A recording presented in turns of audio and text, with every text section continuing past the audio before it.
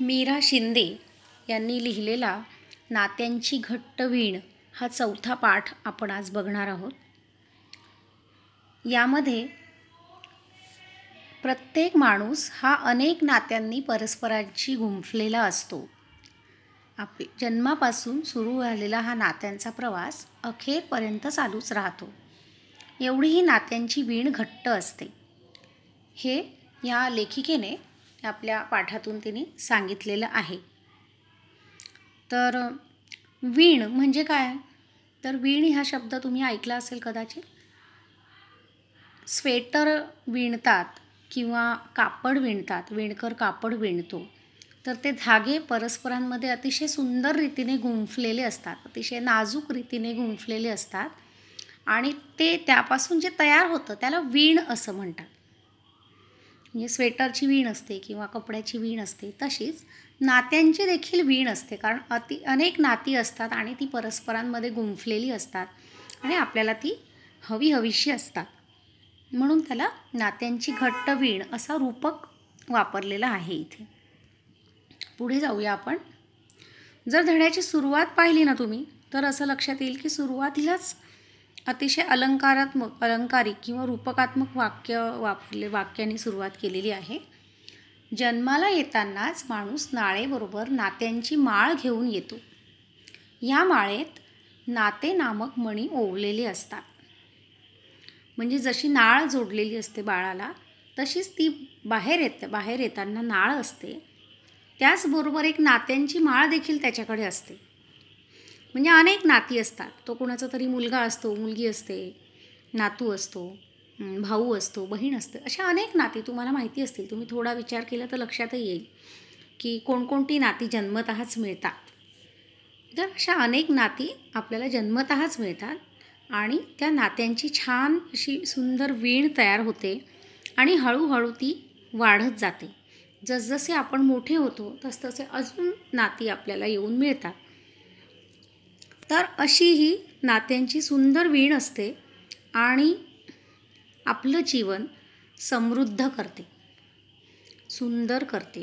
कारण आपण जे शिकत असतो, आपलं जे व्यक्तिमत्व घडत असतं, ते असंच सगळ्यांकडून काही ना काही घेत, काही ना काही शिकत, अशा प्रकारचं आपलं व्यक्तिमत्व घडत असतं. त्यामुळे ही नात्यांची बहुरंगी वीण आपल्याला ह्या आपल्या व्यक्तिमत्व विकासात नक्कीच मदत करते. आपल्या भावनांची जोपासना करण्यास मदत करते. प्रत्येक नातं आपल्या दृष्टीने काही ना काही खास गोष्ट त्याच्यामध्ये असते.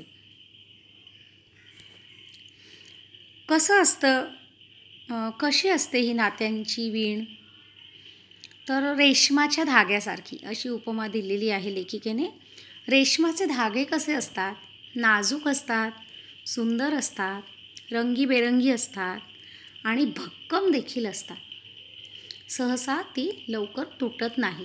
तशीच ही नाती नाजूक असतात, बहुरंगी असतात, पण ती तुटत नाही. मुलायम असतात, अतिशय मऊ असतात, कधीकधी धारदारही असतात, बहुरंगी देखील असतात. बहुरंगी म्हणजे त्याला अनेक पैलू असतात त्या नात्यांना. तर अशी सगळी नात्यांची ती वीण असते. आणि जेव्हा आपण एक एक नात्याचा विचार करतो त्यावेळेला आपल्याला लक्षात येतं की कधीकधी ह्या नात्यांच्या आठवणीने डोळ्यात पाणी जमतं, तर कधीकधी त्या आठवणीसह हृदयामध्ये नाती आपण जपत असतो. तर ही अशी नाती आपल्या दृष्टीने खूप महत्त्वाची असतात. जन्माला आल्यानंतरचं पहिलं नातं किंवा पहिली नाती आई आणि बाप. तर आपल्या हे सगळ्यांना माहितीच आहे की मूल जन्माला येतं तेव्हा त्याला पहिल्यांदा आई हे नातं त्याला कळतं आणि ती आई जन्मापासून ते मूल मोठं होईपर्यंत कायम त्याच्यासोबत असते, त्याला मदत करत असते, त्याच्या व्यक्तिमत्वाला आकार देण्याचा प्रयत्न करत असते. तसंच बाप देखील किंवा वडील देखील. आता ह्याच्यामध्ये या पाठामध्ये काही छान वाक्य वापरलेली आहेत बरं का. बघा हां जरा. आई कुंचल्याच्या हळुवारपणे रंग रेखते. कुंचला म्हणजे ब्रश, रंग देण्याचा ब्रश. तर जसं आपण चित्रामध्ये रंग भरतो तसं आई आपल्या व्यक्तिमत्वामध्ये रंग भरत असते. तर कधी छिन्नीचे कठोरपणे घाव घालते. आपल्याला हे माहिती आहे की कधी आई प्रेमाने वागते आणि कधी रागवते देखील. म्हणजे कधी ती प्रेमळ असते, अगदी लोण्यासारखी मऊ असते, तर कधी कठोर देखील असते. तर कधी शिस्त लावायला किंवा आपल्या व्यक्तिमत्वातील काही उणीवा दूर करण्यासाठी ती कठोर देखील असते. कधी उबदार शाल तर कधी कणखर ढाल. म्हणजे जशी गरज पडेल तशी तिची भूमिका बदलत असते आपल्या आयुष्यातील. बालपणीच्या अंगाईला लावलेली सुंदर चाल, असे उपमा दिलेली आहे तिला. त्यानंतर वडिलांचं नातं कसं असतं? मुलाचं जगणं सुकर म्हणजे सोपं व्हावं म्हणून प्रयत्न करत असतात ते. मात्र त्यासाठी संवादाचा सेतू बांधता आला पाहिजे असं लेखिका सांगते की वडिलांशी संवाद राहिला पाहिजे. म्हणजे आपल्याला कळेल की त्यांचं आपल्या आयुष्यातील काय स्थान आहे.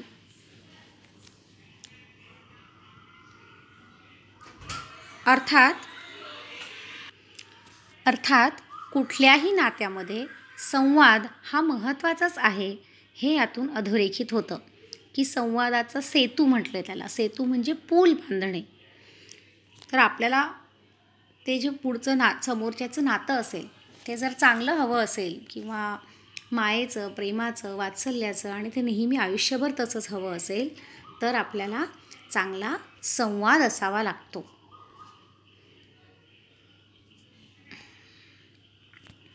पुढे जाऊया आपण.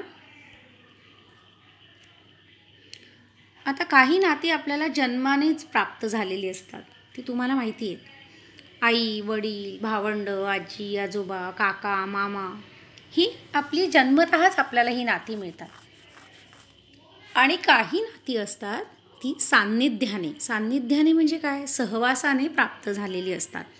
म्हणजे ती रक्ताची नाती नाही आहेत, पण ती नात्यांपेक्षाही आपल्याला महत्त्वाची आहे किंवा रक्ताच्या नात्यांइतकीच ती आपल्या दृष्टीने महत्त्वाची आहे. कुठली नाती असतात बरं ती? मित्र, मैत्रीण, शेजारी, शिक्षक, हितचिंतक, मार्गदर्शक किंवा आता अजूनही त्याच्यामध्ये नात्यांची आपण भर घालू शकतो. तर सगळीच नाती आपल्याला रक्ताची नसतात, तर काही आपल्याला सान्निध्याने, सहवासाने देखील प्राप्त होतात. जसं आईवडिलांचं आपल्या जीवनामध्ये महत्त्वाचं स्थान असतं, आपल्या आयुष्याला आकार देण्यासाठी किंवा आपल्या व्यक्तिमत्वाला पैलू पाडण्यासाठी ते धडपडत असतात. आपल्याला जास्तीत जास्त चांगल्या पद्धतीने एक चांगला माणूस म्हणून घडवता येईल ह्याचा ते प्रयत्न करत असतात. तसंच ही जी बाहेरची नाती आहेत ना, तीसुद्धा अशीच आपल्या व्यक्तिमत्वाला आकार देण्याचा प्रयत्न करत असतात. आणि आपल्या भावविश्वात त्यांचं स्थान खूप खूप महत्त्वाचं असतं. आता जर आपण एक मैत्री हे एक नातं घेतलं त्याच्यामधलं, तर आपल्याला लक्षात येईल.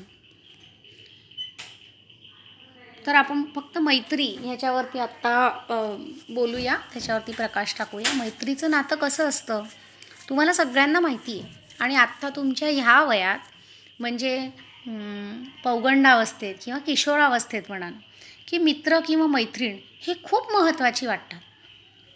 किंबहुना जगातल्या इतर अनेक नात्यांपेक्षा हे नातं आपल्यासाठी खूप महत्त्वाचं आहे असं आपल्याला वाटतं.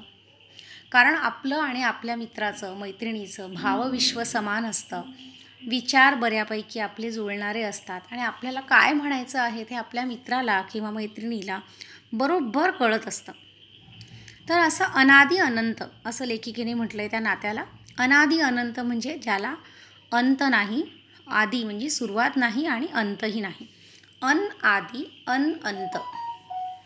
नंतर अभिनव सृजनाचं असतं. सृजनाचं म्हणजे काय? तर नवनिर्मितीचं असतं. की आपल्या दोघांच्या म्हणजे मित्रमैत्रिणी किंवा मित्रांचं मैत्रिणीशी असलेलं नातं, त्यामधून नित्य काहीतरी सृजन म्हणजे नवीन काहीतरी निघत असतं, आपल्याला नवीन काहीतरी जाणवत असतं आणि सूक्ष्म आणि तरल असतं ते. तरल म्हणजे काय? अतिशय भावनिक.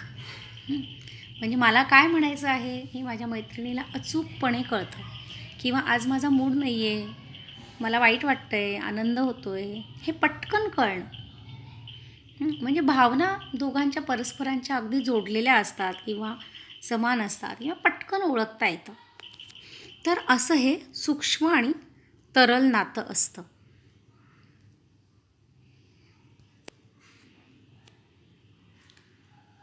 तर आपण ह्या मैत्रीच्या नात्यावरती नंतर लिहिणार आहोत, बघणार आहोत. त्यानंतर शेजार धर्म हे देखील एक नातं असतं. या स्लाईडमध्ये नाही येते की बऱ्याचदा मित्रांपेक्षाही मित्रांप्रमाणेच शेजारी हे देखील आपल्याशी खूप यांच्याशी देखील आपलं खूप महत्त्वाचं नातं असतं. की कारण आपले नातेवाईक तरी बऱ्याचदा दूर असतात, पण शेजारी मात्र आपल्या अगदी जवळ असतात आणि खूप वर्ष राहून त्यांच्याशी पण आपलं शेजारी राहून त्यांच्याशी पण आपलं एक छान घट्ट नातं तयार झालेलं असतं. जन्मापासून सुरू झालेला हा नात्यांचा जो प्रवास असतो ना, तो शेवटापर्यंत चालूच असतो, तो कधी थांबत नाही. म्हणजे वेगवेगळी नाती तयार होतात, मिळतात आणि आपण जेव्हा माणूस जेव्हा वार्धक्याकडे म्हणजे म्हातारपणाकडे वाटचाल करू लागतो, तेव्हा तो मागे वळून पाहतो म्हणजे काय की आपल्या आयुष्याकडे, मागच्या आयुष्याकडे नीट पाहतो आणि मग तेव्हा त्याच्या लक्षात येतं की आपल्याला किती नात्यांमध्ये आपण गुंफलेलो आहोत, किती नात्यांनी जोडले गेलेलो आहोत आणि त्यावेळी त्याला नात्यांचं महत्त्व खूप जास्त वाटत असतं. कारण काय आहे की